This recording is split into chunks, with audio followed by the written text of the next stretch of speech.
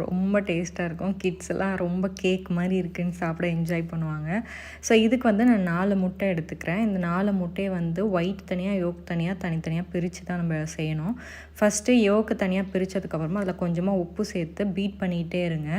இந்த மாதிரி பதத்துக்கு வந்த உடனே அதை ஸ்டாப் பண்ணிவிட்டு அடுத்து எல்லோலையும் லைட்டாக உப்பு போட்டு லைட்டாக அதை பீட் பண்ணால் போதும். இப்போ ஒரு பேனில் ஃபுல்லாக பட்டர் தடவிட்டு முதல்ல நம்ம எடுத்து வச்சுருக்க எல்லோவை ஊற்றி ஆம்லேட் மாதிரி வந்தோடனே திருப்பி போட்டுட்டு இப்போ நம்ம மிக்ஸ் பண்ணி வச்சுருக்க ஒயிட்டை அது மேலே இந்த மாதிரி ஸ்ப்ரெட் பண்ணிவிட்டு நீங்கள் என்ன டாப்பிங்ஸ் உங்களுக்கு வேணுன்றதை போட்டுக்கலாம். நான் வந்து இட்டாலியன் சீசனிங் தான் போட்டேன்.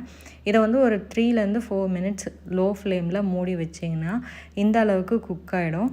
இப்படி குக்கானது இது மாதிரி கட் பண்ணி அழகாக சர்வ் பண்ணிங்கன்னா என்ஜாய் பண்ணி சாப்பிடுவாங்க எக் லவ்வர்ஸ்லாம். கண்டிப்பாக ட்ரை பண்ணி பார்த்தீங்கன்னா எப்படி இருந்ததுன்னு கமெண்ட்டில் சொல்லுங்கள்.